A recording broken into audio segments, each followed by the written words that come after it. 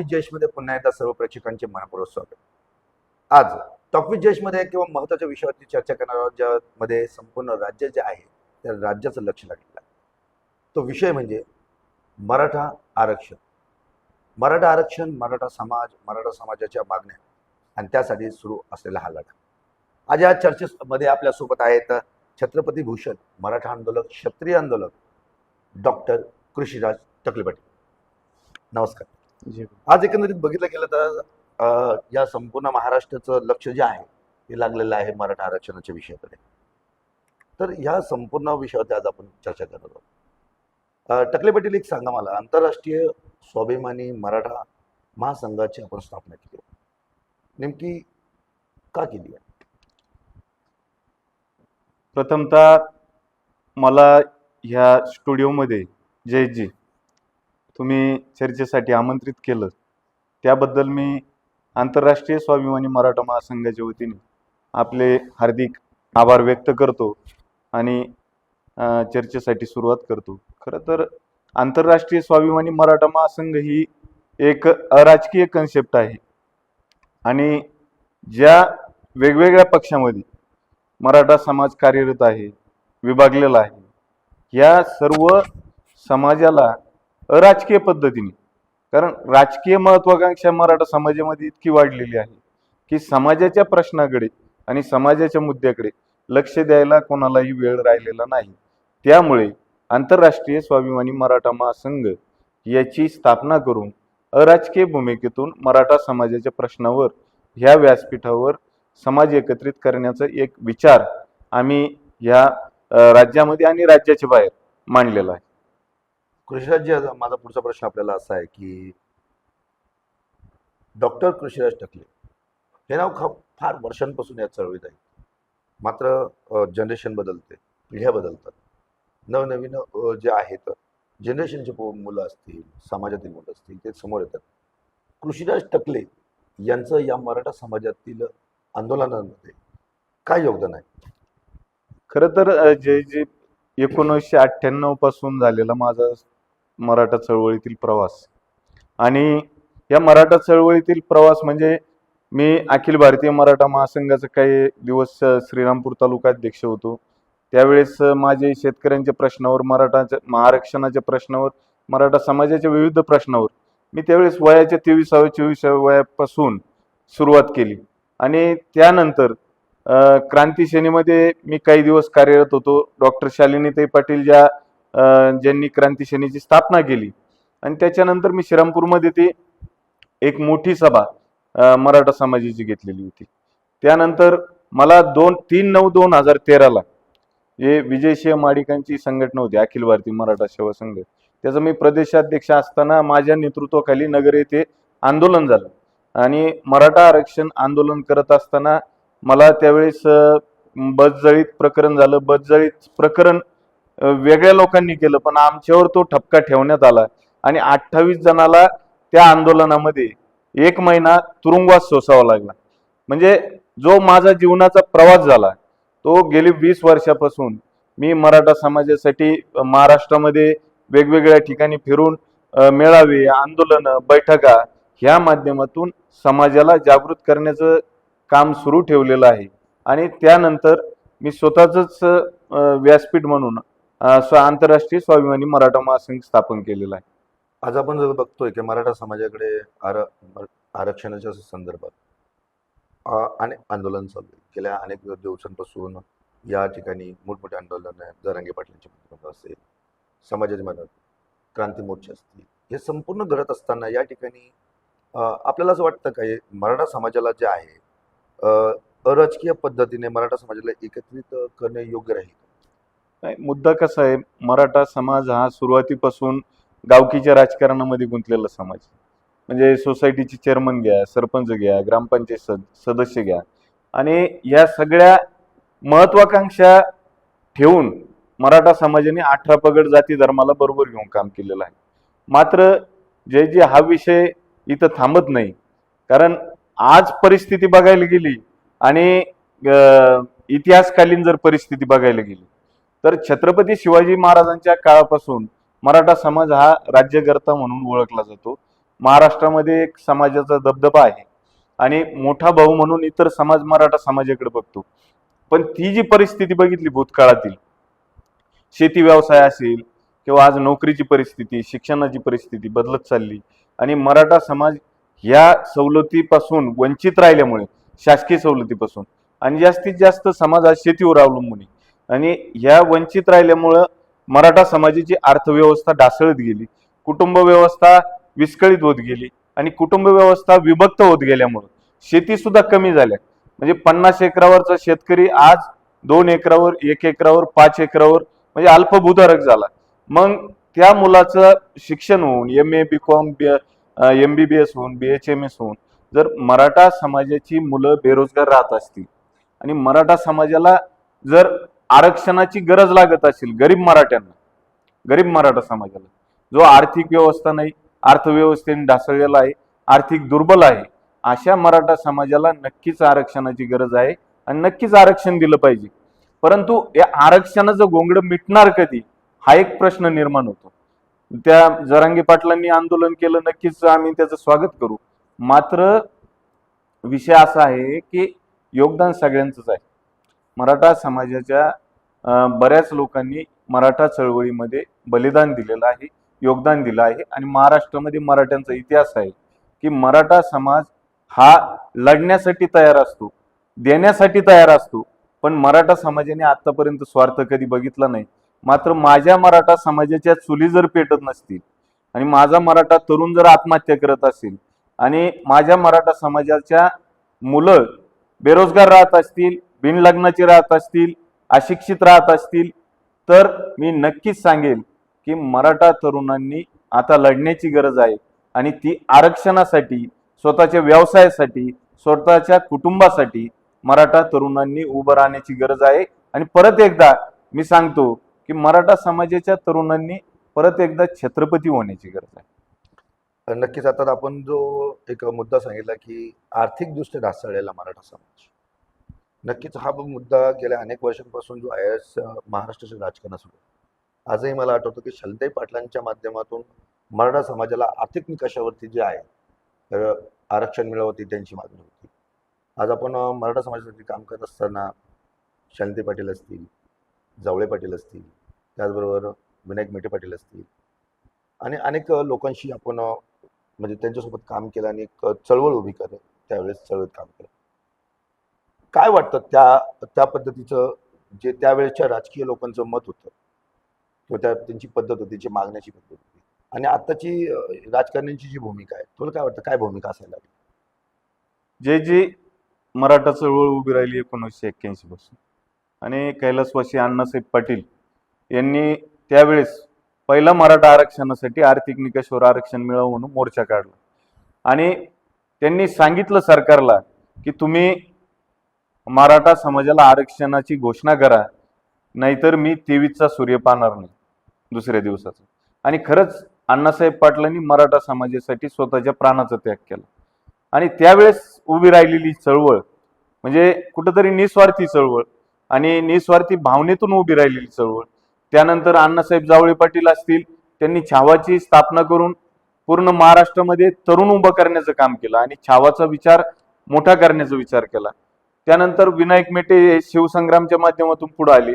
Doctor शालिनीताई Patil एकदम वेगळं व्यक्तिमत्व आणि विद्वान व्यक्तिमत्व, जे अभ्यासू व्यक्तिमत्व होतं, राजकीय दृष्ट्या, सामाजिक दृष्ट्या प्रगल्भ असणारे व्यक्तिमत्व आणि मराठा समाजाविषयी प्रेम असणारे व्यक्तिमत्व. या लोकांचं खूप मोठं योगदान समाजासाठी आहे आणि समाजाच्या प्रश्नासाठी आहे.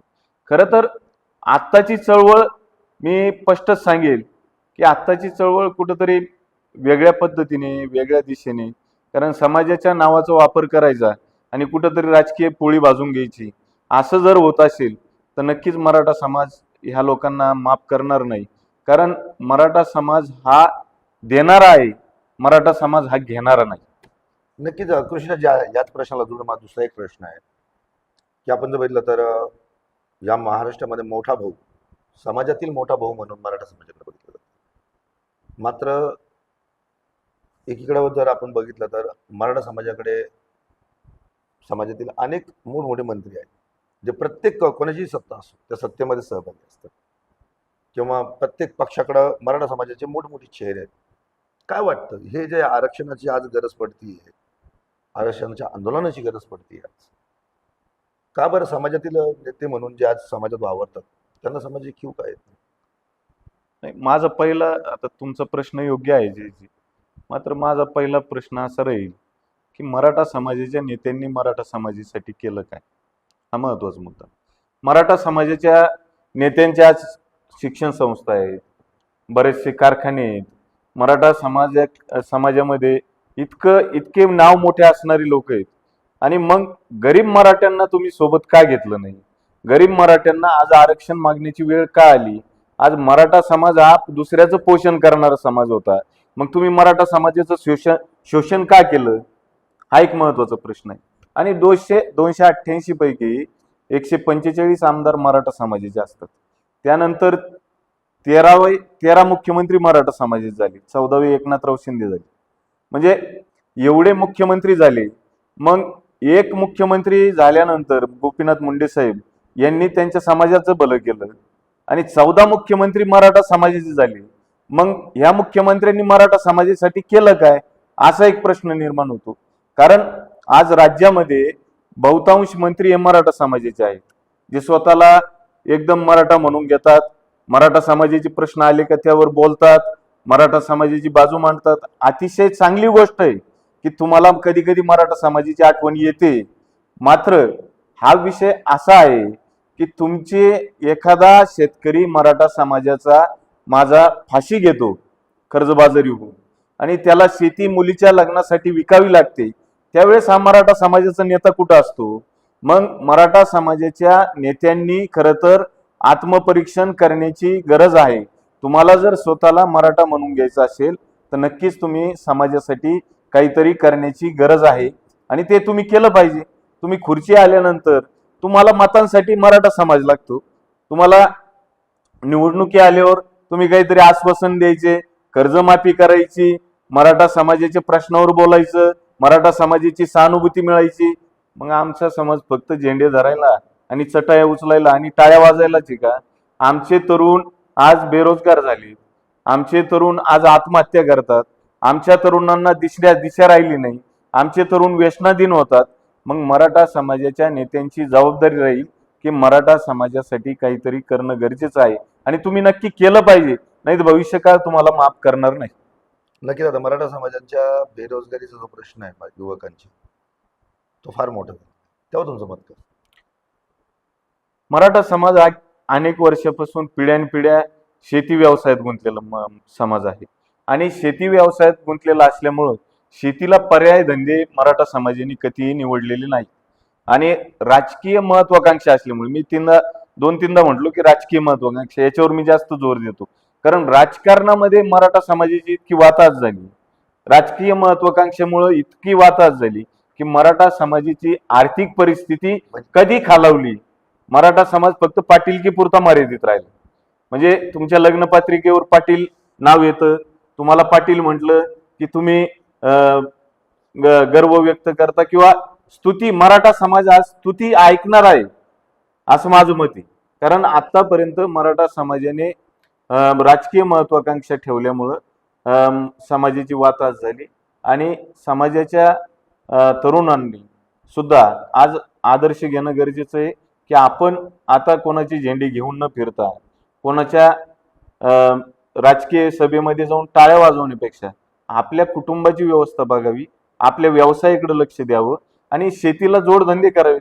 जोडधंदे पोल्ट्री असेल किंवा शेळीपालन असेल किंवा बाकीच्या गोष्टी असतील, याकडे लक्ष देणं गरजेचं आहे. आणि जास्तीत जास्त मराठा समाजाने व्यवसायात उतरणं गरजेचं आहे. तुम्ही प्रश्न विचारला बेरोजगारीचा. रोजगार मराठा समाजातले बेरोजगार तरुण जास्तीत जास्त वाढलेले आहेत. मग मराठा नेत्यांनी याकडे सुद्धा लक्ष देणं गरजेचं आहे. जे सत्तेतले मराठा लोक आहेत त्यांनी बेरोजगार तरुणांना मराठा समाजातील रोजगार देणं गरजेचं आहे. तुम्ही अण्णासाहेब पाटील विकास महामंडळाची स्थापना केली, मात्र फक्त ती स्थापना मग करून फक्त काही ठराविक लोकांनाच त्याचा फायदा झाला. मात्र पुढं त्याचं झालं काय, त्याचं म्हणजे पुढं दिशा सुद्धा ठरली नाही, त्याला भरघोस असा निधी सुद्धा नाही. मग तुम्ही मराठा समाजासाठी स्वतंत्र मंत्रालय का स्थापन करत नाही? मराठा समाजाच्या प्रश्नावर. मराठा समाजातील तरुणांना जर दिशा द्यायची असेल तर नक्कीच तुम्ही मराठा समाजासाठी स्वतंत्र मंत्रालय असलं पाहिजे आणि ते स्थापन करावं असं मी या निमित्त सांगू इच्छितो. नक्कीच. आता तर आपण महत्त्वाचा मुद्दा सांगितला आणि महत्त्वाच्या विषयात हात घालत असताना आपण सांगितलं की मराठा समाज हा शेती करणारा शेतकरी वर्ग आहे. आज शेतकरी देखील रस्त्यावर उतरतात. गेल्या अनेक वर्षांपासून FRC हमी भावासाठी मंगळगुणादादा पाटलांची शेतकरी संघटना असेल, हम्म. राजू शेट्टींची शेतकरी संघटना, असे अनेक शेतकरी नेते जे आहेत ते उतरतात. काय वाटतं या शेतकरी, मराठा समाज आणि शेती हे नाण्याचे दोन बाजू. माझं हमी भावासाठी एवढं ह्यांना आज संघर्ष करावा लागतो. नाही, अतिशय खेदाची बाब आहे की महाराष्ट्रामध्ये जो अन्नदाता समाज आहे मराठा समाज आणि इतर राज्यामध्ये कुर्मी म्हणून ओळखला जाणारा मराठा समाज किंवा वेगवेगळ्या राज्यामध्ये शेतीवर अवलंबून असणारा हा मराठा समाज, ज्याने जातीसाठी माती खाल्ली आणि मातीसाठी नाती सुद्धा तोडली, म्हणजे मातीवर अवलंबून असणारा हा समाज, ज्याने आतापर्यंत या देशाला या जगाला काहीतरी दिलं, म्हणजे ज्याने अन्नधान्य पिकवलं, समाजाचं पालन पोषण केलं, तरी माझा मराठा समाज हमी भावापासून वंचित राहतो, ही एकदम अतिशय खेदाची बाब आहे. कारण अनेक आंदोलनं हमी भावासाठी झाली. मध्ये दिल्लीमध्ये राकेशजी टिकेत यांनी मोठं आंदोलन शेती हमी भाव मिळावा, MSP मिळावं यासाठी मोठं आंदोलन उभारलं होतं. त्यानंतर बरेचसे शरद जोशी साहेब असतील, यांच्या माध्यमातून ह्या देशामध्ये एक शेतकरी चळवळ मोठ्या प्रमाणात उभी राहिली. म्हणजे परंतु माझा शेतकरी अजून पण मरतो, दररोज मरतो आणि जगण्यासाठी मरतो. म्हणजे जीवन जगण्यासाठी त्याला संघर्ष करावा लागतो. सकाळी जर आज परिस्थिती बघितली तर वीज वेळेवर नाही, शेती पिकवली जाते, शेतीतून शेतीमाल निघाला तर बाजारपेठेत त्याला भाव नाही. मग जो सुशिक्षित तरुण आहे, ज्याने आपलं जीवन जगण्यासाठी शेतीकडे तो वळाला, मग त्या तरुणाचं भविष्य काय राहणार हा सुद्धा प्रश्न निर्माण होतो. त्यामुळे सरकारने हमी भाव दिला जावा, हमी भाव मिळाला पाहिजे. कारण आज कांद्याचा प्रश्न बघितला तुम्ही तर कांद्याला भाव नाही, कोणत्याच शेतीमालाला भाव नाही. मग शेतकऱ्याने करायचं काय? तुम्ही एका बाजूने पाण्याच्या बाटलीला भाव देता, बाकीच्या गोष्टीला भाव देता, मला त्या विषयावर बोलायचं नाही. मग माझा शेतकरी जर या देशाचं पालन पोषण करीत असेल, त्यावेळी छत्रपती शिवाजी महाराजांनी खरं तर रयत जगवली, शेतकरी जगवला. आणि माझा एक प्रश्न राहील, शेतकरी छत्रपती शिवाजी महाराजांच्या काळामध्ये आत्महत्या करत नव्हता, शेतकरी सुखी होता. मग छत्रपती शिवाजी महाराजांनी कसं नियोजन केलं होतं त्याचा अभ्यास सुद्धा कुठेतरी या लोकांनी करणं गरजेचं आहे. याच्याच जोडून माझा एक प्रश्न आहे की राज्याचे कृषी मंत्री म्हणून 2 वेळेस या महाराष्ट्रातून एकीकडे शरदचंद्रजी पवार असतील, अण्णासाहेब शिंदे सारखे जे शेतीशी निगडीत असलेले नेते तिथे गेले, तरी देखील शेतकऱ्यांचे प्रश्न काही मिटले नाही. आजही त्यावेळेस त्यांची सत्ता होती. आज देखील शेतकरी भांडतोय. काय वाटतं, राजकीय इच्छाशक्ती कमी पडते का? नक्कीच राजकीय इच्छाशक्ती कमी असल्यामुळे शेतकरी आत्महत्या महाराष्ट्रात वाढल्या.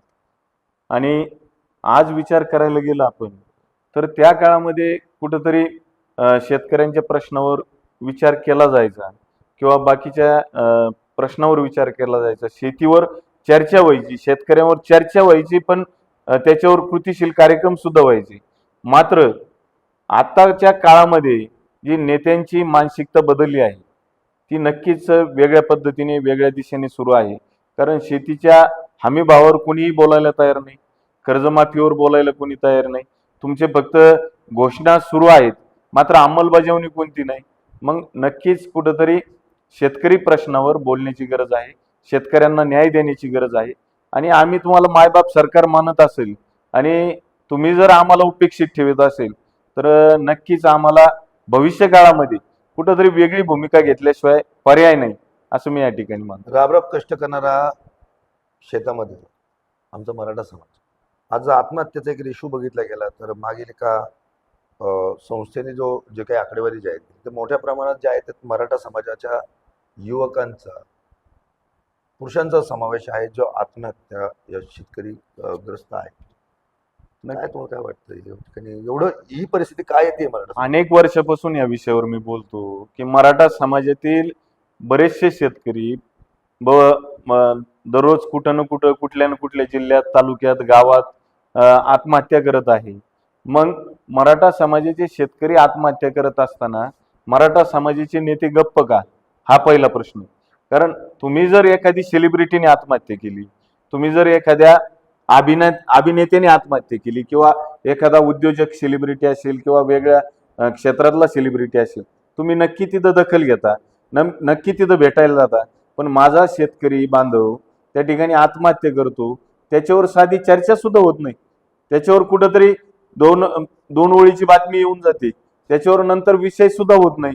म्हणजे शेतकरी तुम्हाला किती महत्वाचा आहे यावरून लक्षात येतं. शेतकरी आज तुम्ही फक्त मतांपुरता तुमच्या स्वार्थासाठी वापरताय, हे नक्कीच मी या ठिकाणी म्हणतो. शेती हा प्रमुख व्यवसाय असलेल्या मराठा समाजाच्या आजची जी परिस्थिती शेतीचे एकीकडे वातावरण जे आहे, एकीकडे निसर्ग छळतोय, दुसरीकडे सरकार छळतोय, अशी परिस्थिती असताना आज या संपूर्ण याच्यामध्ये शेतीला जोडधंदा करून आजचे मराठाच नाही तर समाजाचे सर्व युवक हे प्रगती साध्य करू शकतात. प्रगती करू शकतं, मात्र सरकार कोणत्या बाबतीत मदत करतं? सरकार जोड व्यवसाय करण्यासाठी मदत करतं का? आज विचार करायला गेलं तर भांडवल नसल्यामुळेच मराठा समाज उपेक्षित आहे ना. मग मराठा समाजातील तरुणांना जर व्यवसाय करायचे असतील, मराठा समाजातील तरुणांना शेतीला जोडधंदा करायचा असेल, तर सरकारी मदत असणं सुद्धा गरजेचं आहे ना. आणि सरकारने ती मदत केली पाहिजे.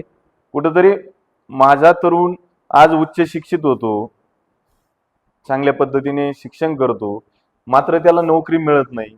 नोकरी नसल्यामुळं तो कुठंतरी नाराज होतो आणि शेतीकडे वळतो. परंपरागत वडिलोपार्जित शेती असलेला व्यवसाय तो पत्करतो, मात्र निसर्ग सुद्धा वेळेवर नाही. आज विचार करायला गेलं तर पाऊस वेळेवर नसल्यामुळं कुठल्याही बाबतीमध्ये शेतीमाल योग्य प्रकारे त्या ठिकाणी पिकत नाही. आणि पिकला तर विकत नाही, हा प्रश्न आहे. पिकला तर विकत नाही आणि विकला तर त्याला भाव भेटत नाही, हा महत्वाचा प्रश्न.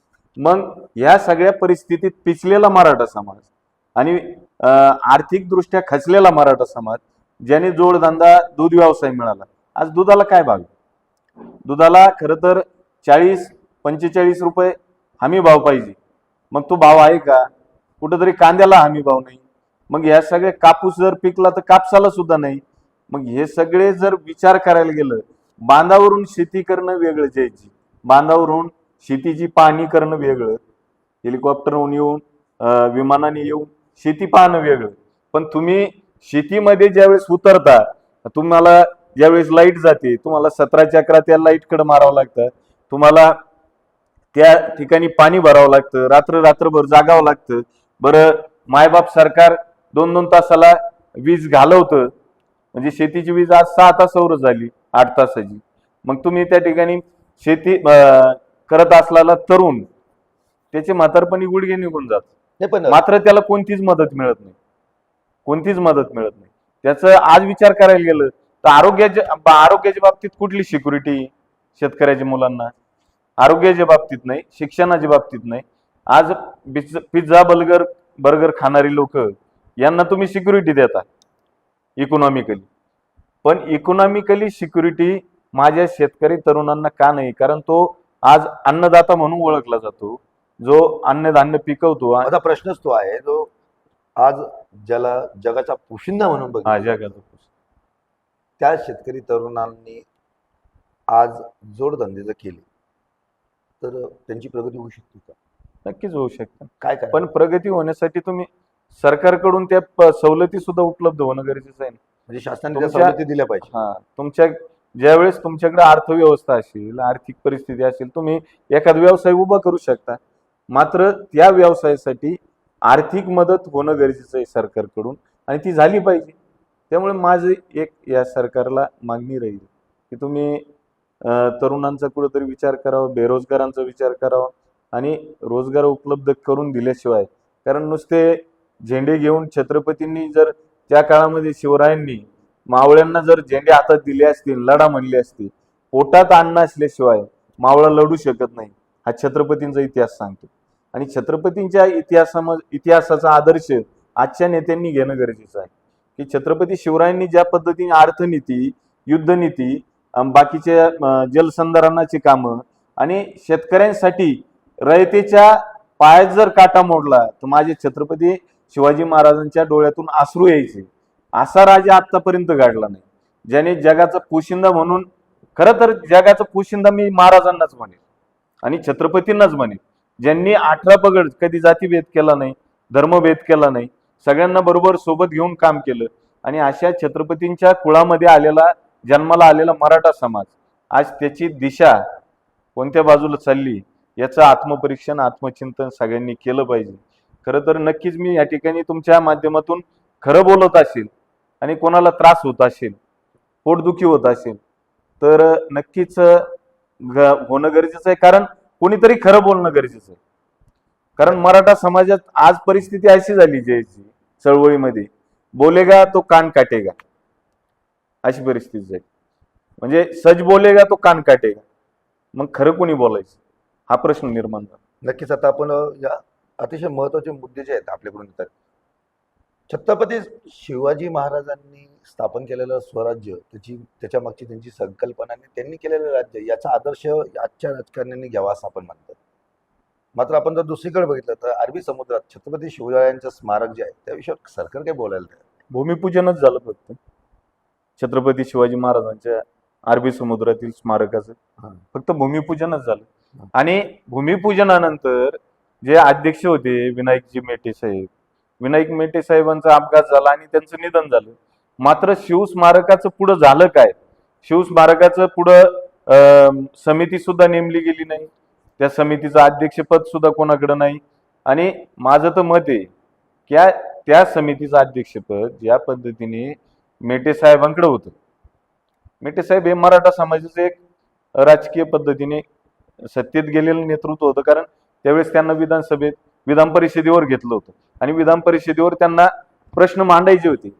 तर माझं एक मत आहे, म्हणजे आज तुमच्या एकदम महत्वाचं बोलतोय मी, की छत्रपती शिवाजी महाराजांच्या स्मारकाच्या अध्यक्षपदी मनोज जरांगे पाटलांना घेतलं जावं.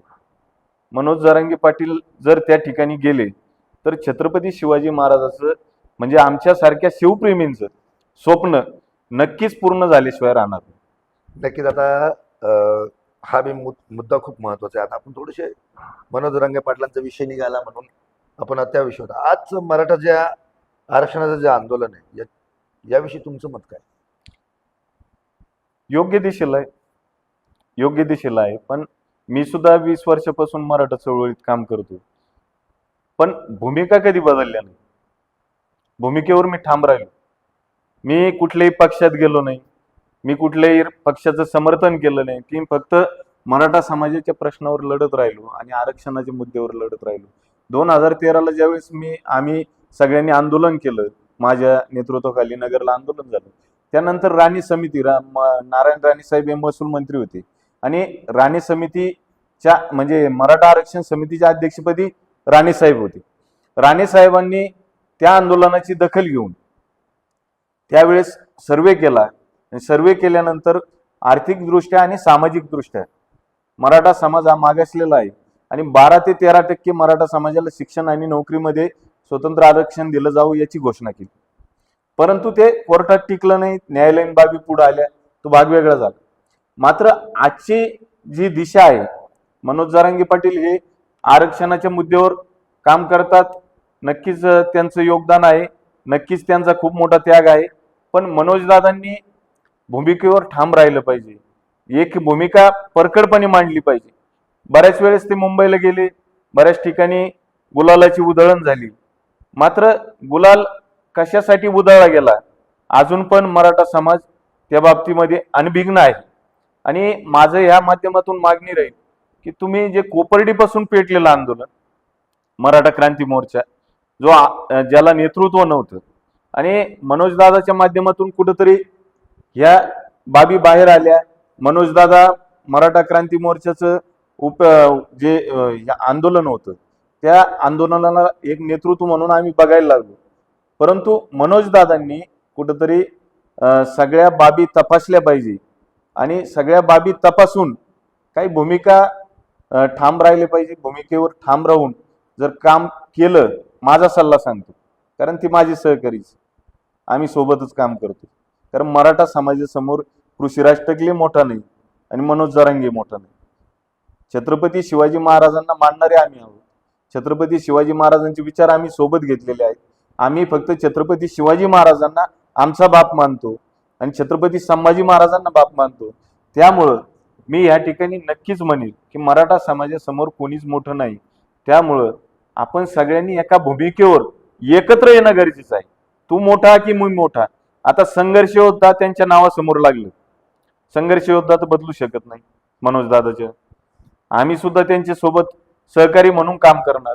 मग इतिहासामध्ये मनोज दादाचं नाव जर अमर होत असेल तर नक्कीच कृषीराज टकलेंचं त्यांच्या सोबत होणं गरजेचं आहे ना. नक्कीच नक्कीच. या प्रश्नाशी निगडीत माझा दुसरा प्रश्न आहे. एकंदरीत मराठा समाजाचं आंदोलन जर बघितलं, खोपडीनंतर पेटलेला हा बनवा हा मराठा क्रांती मोर्चाच्या माध्यमातून संपूर्ण जगाने बघितला. गिनीज बुक ऑफ वर्ल्डमध्ये त्याच्यात नोंद देखील झाली. दुसरीकडे मनोज जरांगे पाटलांचा उदय झाला मराठा आरक्षणाच्या संदर्भात. या ठिकाणी जे आहे त्यांच्याकडे एक नेतृत्व म्हणून बघितलं गेलं. म्हणून दादांनी देखील एक चांगल्या पद्धतीने हे प्रकरण आरक्षणाचा विषय जो आहे तो पुढं मांडण्याचा प्रयत्न केला. मात्र हे सगळं होत असताना ज्याला म्हणतो आपण भविष्यातील वाटचालीला इतिहासाच्या पाऊल खुणावं खूप गरजेचे असतं. तसं अनेक वर्षांपासून मराठा समाजाच्या विविध संघटना ज्या आहेत त्या या राज्यात काम करतात, राज्याबाहेर देखील काम करतात. काय वाटतं या मराठा आरक्षणाच्या मुद्द्यावरती जे आहे मनोज जरांगे पाटलांनी सर्व संघटनांना सोबत घेतलं पाहिजे, एकत्रितकरण केलं गेलं पाहिजे का? केलंच पाहिजे. केलंच पाहिजे. का नाही करावं हा एक प्रश्न आहे. कारण अण्णासाहेब पाटील, मी परत त्याच मुद्द्यावर येतो, अण्णासाहेब पाटील असतील, अण्णासाहेब जावळे पाटील असतील, विनायकजी मेटे असतील, शालिनीताई पाटील असतील, यांनी सुद्धा योगदान समाजासाठी दिलं. आणि अनेक महाराष्ट्रामध्ये मराठा समाजाच्या अनेक संघटना आहेत आणि त्या संघटनाचे प्रामाणिक लोक ज्यांची निष्ठा आहे समाजावर आणि समाजासाठी काही तळमळ करण्याची. तर कसं आहे बरं का जयजी, एसी गाडीत फिरणारा माणूस मराठा समाजाचं दुःख जाणू शकत नाही. जो टू व्हीलरवर फिरतो, सायकलवर फिरतो, ज्याला दररोज संघर्षाच्या झळा लागतात, जो दररोज जागण्यासाठी दररोजचा दिवस मरतो, म्हणजे त्यामध्ये मनोज जरांगे असतील, आम्ही असेल किंवा असे काही लोक असतील, पण ह्या लोकांनी एकत्र येणं गरजेचं आहे. आणि मनोज दादांनी ते केलं पाहिजे. मनोज दादांनी मराठा समाजाच्या संघटना एकत्र का करू नये? कारण संघटनेने आतापर्यंत विविध मराठा समाजाच्या संघटनांनी मराठा चळवळ जिवंत ठेवली. कुठलीही चळवळ जिवंत ठेवताना सगळे जे मराठा चळवळीतील लोक आहेत, जे तुम्ही सुद्धा काही दिवस मराठा चळवळीमध्ये काम केलं, अजून पण कुठंतरी करता, नागेजी भैया असतील, सावंत, यांचं सुद्धा खूप मराठा चळवळीमध्ये योगदान आहे.